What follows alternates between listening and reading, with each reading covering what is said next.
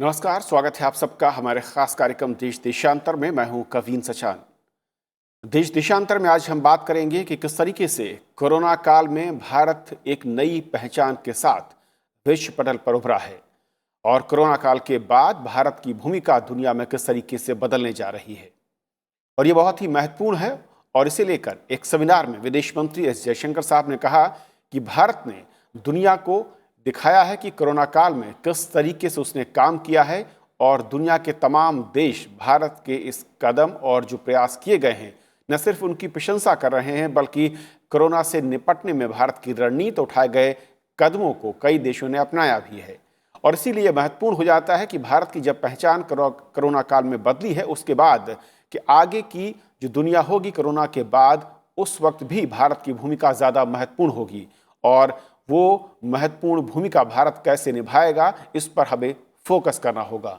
और आज अपने कार्यक्रम के जरिए हम समझेंगे कि असल में भारत की पहचान कोरोना काल से पहले क्या थी और कोरोना काल में किस तरीके से बदलती नजर आई है और कोरोना काल के बाद दुनिया के मानचित्र पर भारत का असर या उसका वजूद या उसकी ताकत किस तरीके से बढ़ेगी और क्या स्कोप, क्या संभावनाएं दिखती हैं दुनिया में भारत को अपनी भूमिका को लेकर। हमारे साथ तीन बेहद खास मेहमान हैं। हमारे साथ गुरजीत सिंह साहब हैं, फॉर्मर एम्बेसडर। सर, बहुत बहुत स्वागत है आपका। हमारे साथ मौजूद हैं ब्रिगेडियर विनोद आनंद साहब, सीनियर फेलो वीआईएफ से। सर, बहुत बहुत स्वागत है। और प्रोफेसर हर्ष वी पंत हमारे साथ हैं, सामरिक मामले प्रमुख ओआरएफ से। आपका भी बहुत बहुत स्वागत सर। शुरुआत गुरजीत सर आपसे करना चाहूँगा। जैसा कि विदेश मंत्री साहब ने फरमाया कि कोरोना काल से पहले भारत की एक पहचान थी, वो एक अलग अलग सेक्टर, अलग अलग मैं कहूँ कि जो कारण थे उसके चलते थी, लेकिन कोरोना के बाद भारत को एक और पहचान मिली है। इसे आप कैसे देखते हैं और भारत की जो भूमिका रही है अब तक कोरोना के खिलाफ जंग में और दुनिया के देशों में, उसे किस तरीके से लिया है? जब ये कोरोना का संकट हम सब पे आया उस समय संसार में जो विकसित देश है और विकासशील देश है उनमें जो आपस की टिप्स थी वो ज्यादा तालमेल नहीं दिखा रही थी। तो जो ये ग्लोबलाइजेशन के विरुद्ध एक हानिकारक आंदोलन चल गया था कई देशों की तरफ से, उसमें भारत को फिसलने की एक आशा थी बन रही थी जिससे हमें बचना था। और दूसरा था कि जो कई तरह के अंदरूनी सवाल कई देशों में खड़े हुए थे कि हम अलग अपनी पहचान बनाएं और दुनिया में एक जिम्मेवार जो हमारी जिम्मेवारी थी उसको नहीं उठाएं, ये भी एक आंदोलन चला हुआ था। तो जो कोरोना के होते हुए, जैसे डॉक्टर जयशंकर ने कहा, भारत ने एक सम्मिलित, लचीला, सतत विकास का प्रदर्शन किया है और हमने दिखाया है कि हम एक जिम्मेदार देश है जो डी ग्लोबलाइजेशन नहीं बट इस समय पर ग्लोबलाइजेशन को अपने हाथ में लेकर हम साथ चल रहे हैं। तो इस समय अगर मैं डॉक्टर जयशंकर की बात आगे बढ़ाऊं तो देखिए वो बात हम कई पहलू से देख सकते हैं। तो चलिए मैं आपको जो इंटरनेशनल रिलेशंस है उसका पहलू से बात करते हैं।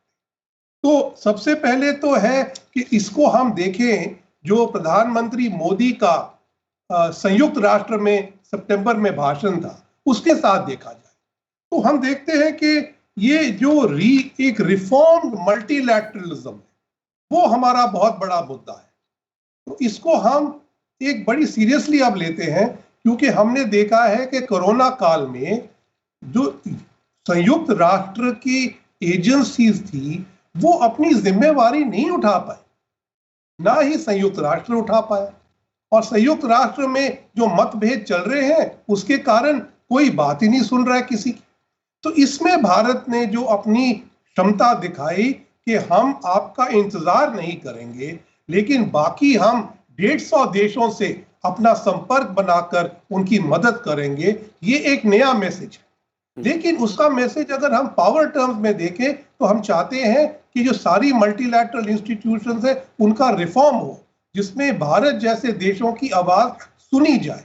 और इसमें सिर्फ संयुक्त राष्ट्र ही नहीं, उसकी एजेंसी WHO है, अब WTO में देख लीजिए इतना विवाद चल रहा है इस समय। और साथ में जो ब्रेटन वुड्स की संस्थाएं हैं, वर्ल्ड बैंक और IMF, उनमें भी बदलाव चाहिए। जैसे हमारे जैसे देश की आवाज और बुलंद होनी चाहिए। इसके अलावा हमें जो ये एक इंक्लूसिव एटीट्यूड है, सम्मिलित एटीट्यूड, ये हमें चाहिए कि हम सब एक दूसरे को सोचें।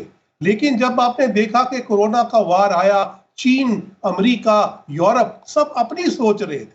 ये सिर्फ भारत ने अपनी फार्मास्यूटिकल जो प्रोडक्शन थी उसको खोल दिया। और हमें अब ये भी एक संभावना है कि जब कोविड की वैक्सीन बनेगी तो भारत उसके बनाने में, मैन्युफैक्चर में सबसे आगे होगा।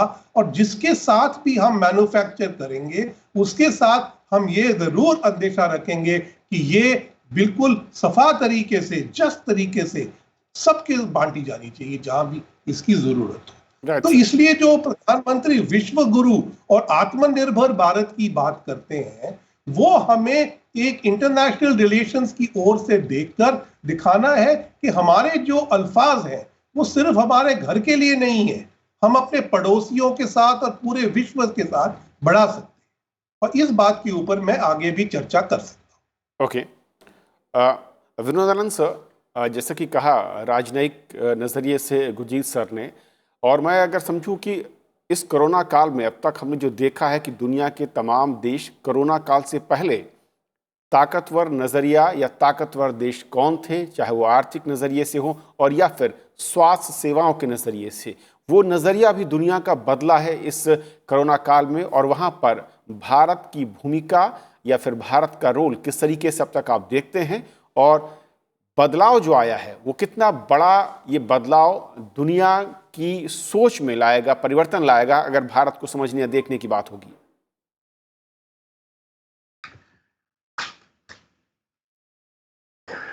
जैसे एम्बेसडर गुरजीत सिंह जी ने बोला है, जो भारतवर्ष की परफॉर्मेंस है उसको बहुत कंट्रीज या बहुत देशों ने सराहा है। और इसमें जैसे प्राइम मिनिस्टर नरेंद्र मोदी ने सबसे पहले एक सार्क के साथ कॉन्फ्रेंस करी, जहाँ पे उन्होंने काफ़ी पॉइंट्स पे चर्चा करी और एक कोरोना का फंड भी बनाया। वो दूसरी बात है कि पाकिस्तान ने इसमें इतनी अपना कोई योगदान नहीं दिया। और उसके बाद एक वर्चुअल मीटिंग भी हुई G20 की, जिसमें क्या चुनौतियां ये कोरोना वायरस पैदा कर रहा है उसके ऊपर काफ़ी चर्चा हुई। और इंडिया ने, जैसे एम्बेसडर गुरजीत सिंह जी ने कहा, कि बहुत कंपैशन दिखाया, काफ़ी वो हाइड्रोक्लोरोक्विन वगैरह भेजा, और कोई ऐसी चीज़ नहीं करी जैसे कोई अमेरिका और दूसरी कंट्रीज कर रहे थे कि मेडिकल सप्लाईज को बंद करा हो। तो मेडिकल डिप्लोमेसी में भी इंडिया ने काफ़ी एक्टिव हिस्सा लिया। और इसके दौरान काफ़ी ह्यूमैनिटेरियन कोऑपरेशन करी गई, और इंडिया ने अपनी फोर्सेस को डिज़ास्टर मैनेजमेंट के लिए भी मोबिलाइज करा था, ड्रिल्स भी करी थी, और कई तरह की डिजिटल ट्रेनिंग भी ऑर्गेनाइज करी गई। तो इस तरह से इंडिया ने काफ़ी इसमें योगदान दिया, जो कि ग्लोबल लेवल में भी काफ़ी अप्रिशिएट हुआ है। इस जून में भी इंडिया ने एक इनविटेशन एक्सेप्ट करा G7 के में हिस्सा लेने के लिए, जिसमें वो अभी होने वाला है, अगर उसमें भी इसके ऊपर बातचीत होगी। तो इस तरह यूनाइटेड नेशंस के सिक्योरिटी जो काउंसिल है, या उसमें भी इंडिया का नाम अभी नेक्स्ट ईयर से सिलेक्ट हुआ है, तो 2 साल की टर्म के लिए। और वर्ल्ड हेल्थ ऑर्गेनाइजेशन में भी अगले साल से चेयरमैन होगा। तो इस तरह इंडिया बहुत डोमेस्टिकली और इंटरनेशनल लेवल में काफ़ी सामने आया है। और जैसे एम्बेसडर गुरजीत सिंह ने बोला कि आत्मनिर्भर भारत अभियान, जो कि एक सेल्फ रिलायंट इंडिया और जिसमें रेजिलेंस है, डिसेंट्रलाइजेशन है और इसमें कोई अलगाववाद या आइसोलेशनिज्म नहीं है, जी। वो भी एक इम्पॉर्टेंट एलिमेंट है। ओके। तो इस तरह से काफ़ी कंट्रीब्यूशन है इंडिया का और पोस्ट कोविड वर्ल्ड ऑर्डर में इसका इम्पॉर्टेंट रोल है भारतवर्ष का। हर्षी, जिस तरीके से अगर हम सामरिक नज़रिए से देखें, क्योंकि इसी कोविड काल में हम देख रहे हैं कि काफ़ी कुछ सीमाओं पर घटित हुआ है, उससे पहले से लेकर अब तक हम देख रहे हैं, और वहाँ पर भारत का जो एक तरीके से स्टैंड रहा है, अगर उसको हम समझें और देखें तो दुनिया ने इसे, अगर हम एक संदेश के तौर पर, तो क्या जाता नज़र आ रहा है। और जब हम इस कोविड काल में इस अपने स्टैंड को देखते हैं, जो अब तक का प्रदर्शन रहा है, उसके बाद जो नज़रिया है दुनिया की तमाम बड़ी शक्तियों का, उनमें कुछ बदलाव भारत को देखने के तरीके में, या फिर भारत को एक कहते हैं कि बड़े मंच पर खड़े होने के नज़रिए के लिहाज से? कविंद्र, मुझे ऐसा लगता है कि ये एक काफी इम्पोर्टेंट इन्फ्लेक्शन पॉइंट है ग्लोबल पॉलिटिक्स के लिए, अंतर्राष्ट्रीय राजनीति के लिए भी है, भारतीय विदेश नीति के लिए भी है। उसके दो कारण हैं जिसका जिक्र अलग अलग तरह से एम्बेसडर सिंह ने भी किया, ब्रिगेडियर आनंद ने भी किया, और आपने भी इसका ये मुद्दा उठाया। देखिए, भारत ये जो कोविड काल में जो भी भारत ने किया वो एक ऐसे समय पर किया और कर रहा है अंतर्राष्ट्रीय राजनीति में, जबकि खुद भारत एक बहुत इंपॉर्टेंट मैसेज दे रहा है चीन के खिलाफ खड़े होकर सीमाओं पर। तो उसमें जहां हम एक तरफ बायलैटरल अपनी जो प्रॉब्लम है चीन के साथ उसको सुलझाने की कोशिश कर रहे हैं और हर तरीके से कर रहे हैं, डिप्लोमेटिक चैनल्स खुले हुए हैं, लेकिन मिलिटरीली हमने हमारी सेनाएं खड़ी हुई हैं किसी भी इवेंचुअलिटी को डील करने के लिए। उस समय भारत ये मैसेज दे रहा है कि कितनी भी समस्या इंटरनली भारत के पास हो, लेकिन भारत जो अपना ग्लोबल रोल है उससे पीछे नहीं हट रहा है। तो आप देखिए कि जितना कोविड काल में शुरू से लेकर जब ये शुरू हुई थी समस्या, चीन से समस्या शुरू हुई, और चीन ने जिस तरह से एक इंफॉर्मेशन डेफिसिट की वजह से जो ये इतना इतनी इसने प्रकोप लिया इस पैंडेमिक ने, वहां से अगर आप शुरू करें तो बड़ी शक्तियों को अगर आप लें तो चीन ने तो इसको शुरू किया, लेकिन जो दूसरी शक्तियां हैं, जो दूसरी पावर्स हैं, वो भी बहुत इनवर्ड लुकिंग हो गई। जब ये क्राइसिस अपनी चरम सीमा पर था, अभी भी अमेरिका तो इसको डील नहीं कर पाया, अमेरिकन लीडरशिप इसको डील नहीं कर पाई। यूरोपियन यूनियन में आप देखिए किस तरह से इनिशियल मंथ्स में केओस था, अंदरूनी जो एक इंटरनलाइजेशन था इस प्रॉब्लम का, कि वो यही समझ नहीं पा रहे थे कि अपने आप उनको कैसे इसको डील करना है। एक देश दूसरे देश पर ब्लेम लगा रहा था। वहां पर एक लीडरशिप वैक्यूम दिख रहा था दुनिया भर में, और वहां पर भारत ने अपनी लिमिटेशंस के हिसाब से उसको भरने की कोशिश करी। तो वो एक मुझे लगता है बहुत इंपॉर्टेंट पर्सपेक्टिव जो था दुनिया का बदला, कि एक जो देश, जब हम भारत ये कहता है कि भारत को रूल टेकर नहीं रूल शेपर होना है, तो उसके लिए जिस तरह का एंगेजमेंट भारत को दुनिया में करना चाहिए क्राइसिस के टाइम में, वो भारत ने कर दिखाया, भारत की लीडरशिप ने दिखाया, डिप्लोमेसी ने दिखाया।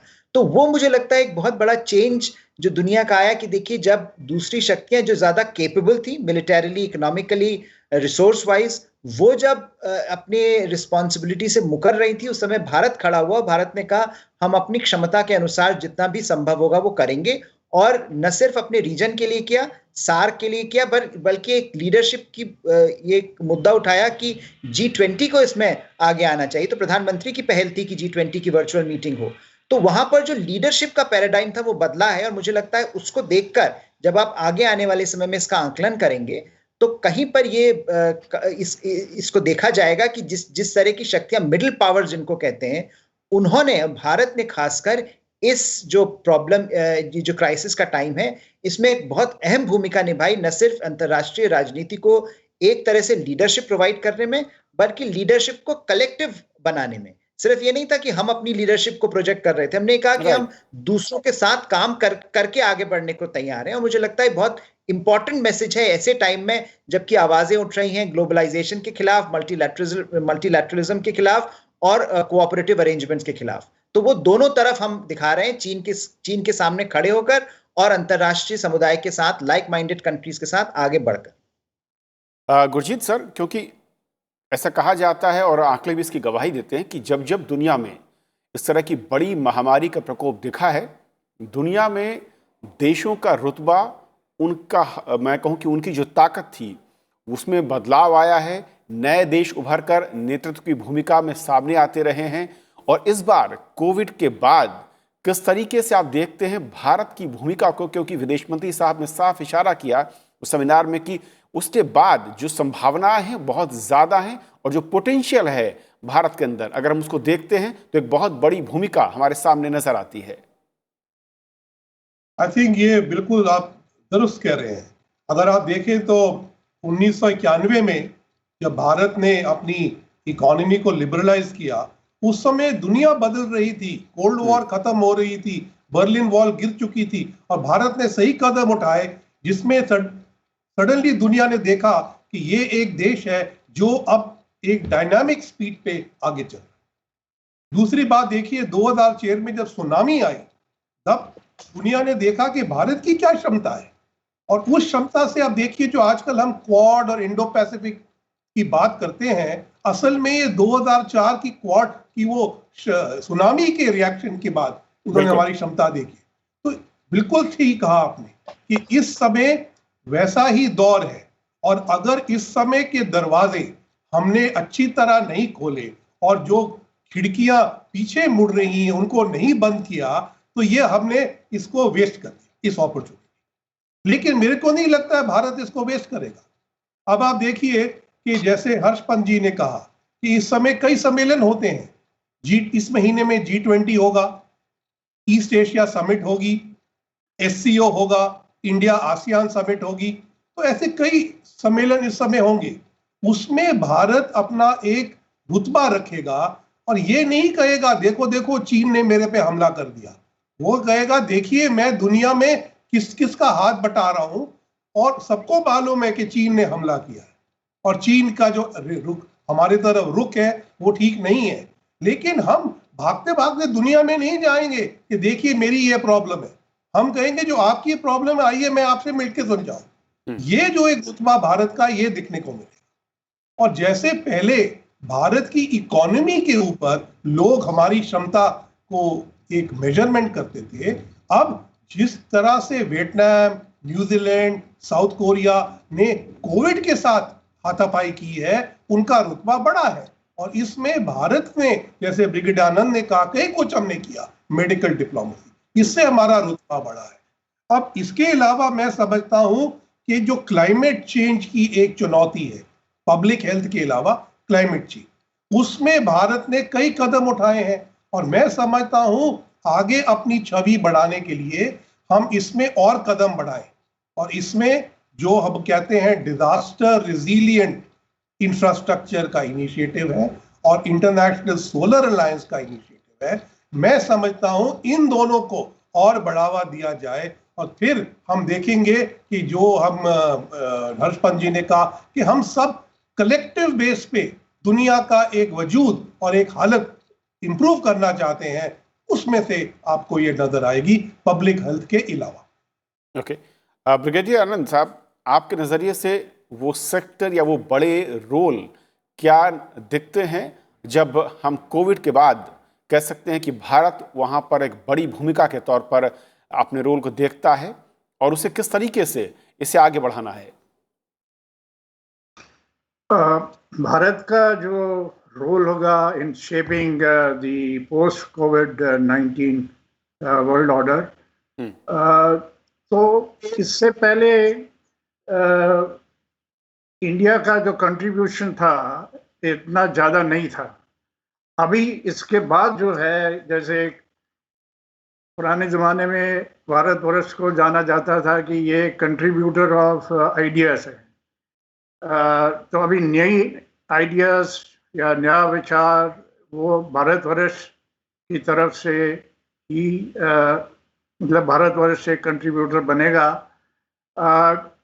और इसमें दो तीन बातें याद में रखनी चाहिए। एक तो भारतवर्ष 1/6 ऑफ द ह्यूमैनिटी है और काफ़ी इंडिया की अभी नई स्टार्टअप्स वगैरह हुई हैं, काफ़ी क्षेत्रों में उन्नति हुई है। तो एक कंट्रीब्यूटर ऑफ आइडियाज़ होगा। उसके बाद मगर इसके लिए कई प्री कंडीशंस हैं। सबसे पहले तो जैसे कहा जा रहा है कि कोरोना वायरस को भारतवर्ष ने बहुत अच्छी तरह संभाला है, तो ये डोमेस्टिकली अभी भी इसको कंट्रोल करना है और इस क्राइसिस को कैसे डील करता है उसके ऊपर काफ़ी निर्भर रहता है। और एक तो हमारी जो इम्पोर्टेंस है इससे भी काफ़ी अच्छी हुई है कि प्राइम मिनिस्टर नरेंद्र मोदी ने जो ये लीडरशिप अपनी दिखाई है, इससे भारतवर्ष का काफ़ी नाम वर्ल्ड में हुआ है और स्पेशली जो कोरोना वायरस को हैंडल करा गया है जिस तरह के साथ, तो ये बात जो है this is an important factor in post Covid world. और दूसरी बात है कि इंडिया जो है एक वाइब्रेंट डेमोक्रेसी है और तो ये भी एक इम्पॉर्टेंट बात है क्योंकि पोस्ट कोविड वर्ल्ड ऑर्डर में कोई अलायंस और डेमोक्रेसीज ऐसे लग रहा है कि इमर्ज होगा।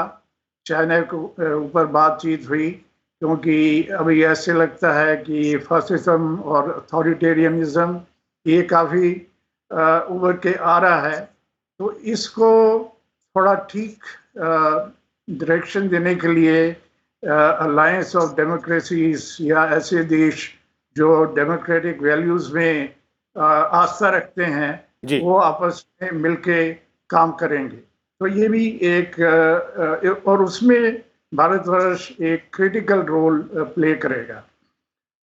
सो पोस्ट कोविड वर्ल्ड जो है एक भारतवर्ष का जरूर एक ऊपर की तरफ या राइज जरूर देखेगा और इसमें बाधा डालने के लिए आपको मालूम ही है कि चाइना है, पाकिस्तान है और जो फैक्टर हैं वो है चाइना यूएस की प्रतिद्वंद्विता या उनका आपस में जो राइवलरी या कंपटीशन है, तो वो भी एक फैक्टर है।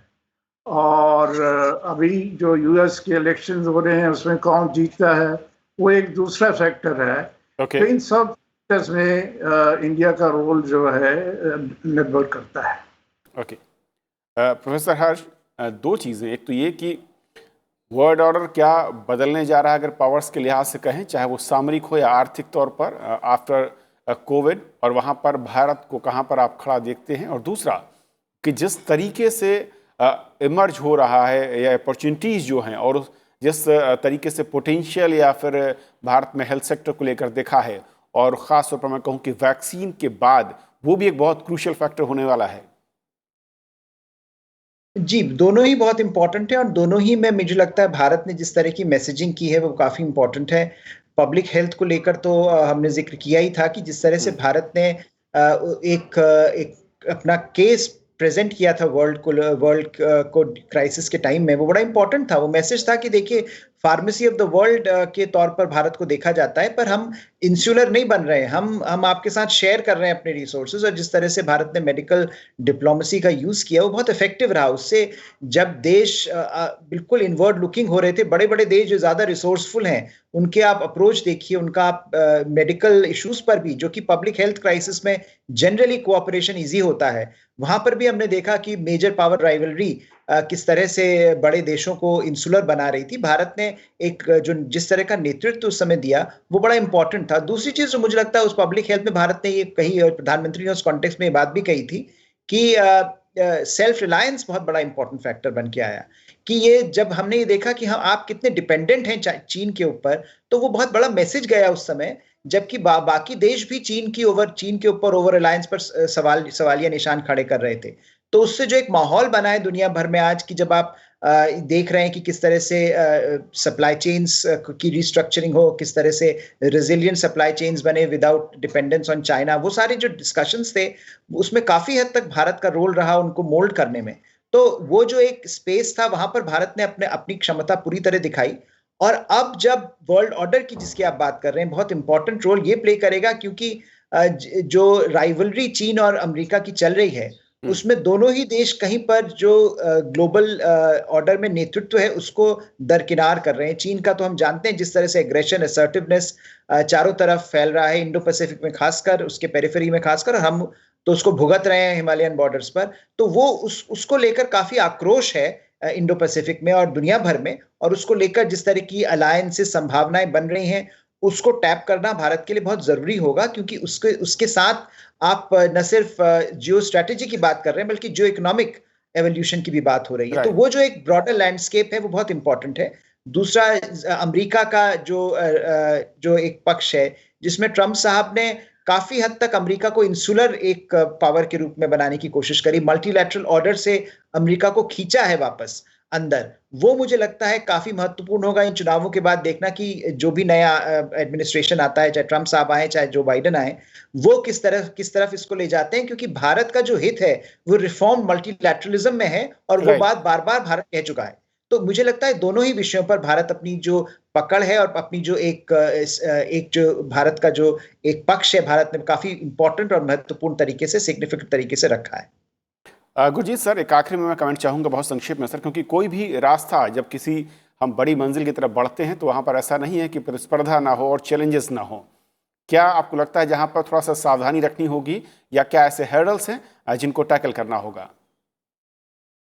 मैं समझता हूं कि हर्डल तो आते रहेंगे, लेकिन उसमें हमारी क्षमता कोई पीछे नहीं हटती है। भारत का रुतबा बहुत है दुनिया में। मैं समझता हूं दो चीजें हैं जिसमें थोड़ा ध्यान देना चाहिए। एक तो हम फार्मेसी ऑफ द वर्ल्ड तो बन चुके हैं, लेकिन हमारी अपनी रिसर्च एंड डेवलपमेंट बहुत कम है। उसमें हमें थोड़ा अंदेशा देना चाहिए। हम दूसरों पे डिपेंड करते हैं कि वैक्सीन कौन बना रहा है, आइए आपकी बन गई तो मैं मैन्युफैक्चर कर दूं या मेरे यहाँ आप क्लिनिकल ट्रायल कर, लेकिन हमें खुद अपनी वैक्सीन बनानी चाहिए। ये डिजिटल में भी हमने कुछ इन्वेंशंस नहीं की है। तो ये इनोवेशन की जो बात है वो स्टार्टअप है, लेकिन इनोवेशन बहुत कम है भारत। दूसरी बात मैं समझता हूं कि अब एक दौर आ रहा है जहां सस्टेनेबल डेवलपमेंट गोल्स में हमें निवेश करना है, और ये सबसे अच्छा तरीका भारत ने ढूंढा है जिसको सोशल इंपैक्ट इन्वेस्टमेंट कहते हैं। अब ये सोशल इंपैक्ट इन्वेस्टमेंट बड़ी अच्छी तरह चल रहा है, रिसाइकलिंग में, हेल्थ में, विमेन्स और लेबर में, लेकिन इसको हमने सरकार की तरफ से ज्यादा बढ़ोतरी नहीं दिया, और हमें इसको और देशों में जैसे अफ्रीका में, साउथ पैसिफिक में, आसियान में इसको बढ़ावा देना चाहिए अपनी ओर से बढ़ाकर। ये मैं समझता हूँ मेरे सुझाव। बहुत बहुत शुक्रिया आप तीनों मेहमानों का हमारे साथ इस बहुत ही महत्वपूर्ण चर्चा में शामिल होने के लिए, और ये समझाने और अपनी राय रखने के लिए कि कोरोना काल में भारत की पहचान किस तरीके से सामने उभर कर आई है, और एक नई पहचान के साथ भारत दुनिया के सामने खड़ा हुआ है, और कोरोना के बाद भारत की भूमिका किस तरीके से बढ़ सकती है, और कौन से वो सेक्टर, वो क्षेत्र हैं जहां पर भारत की भूमिका पहले से कहीं ज़्यादा मजबूत होगी और दुनिया का नज़रिया बदलने वाला होगा। आज फिलहाल इतना ही। नमस्कार।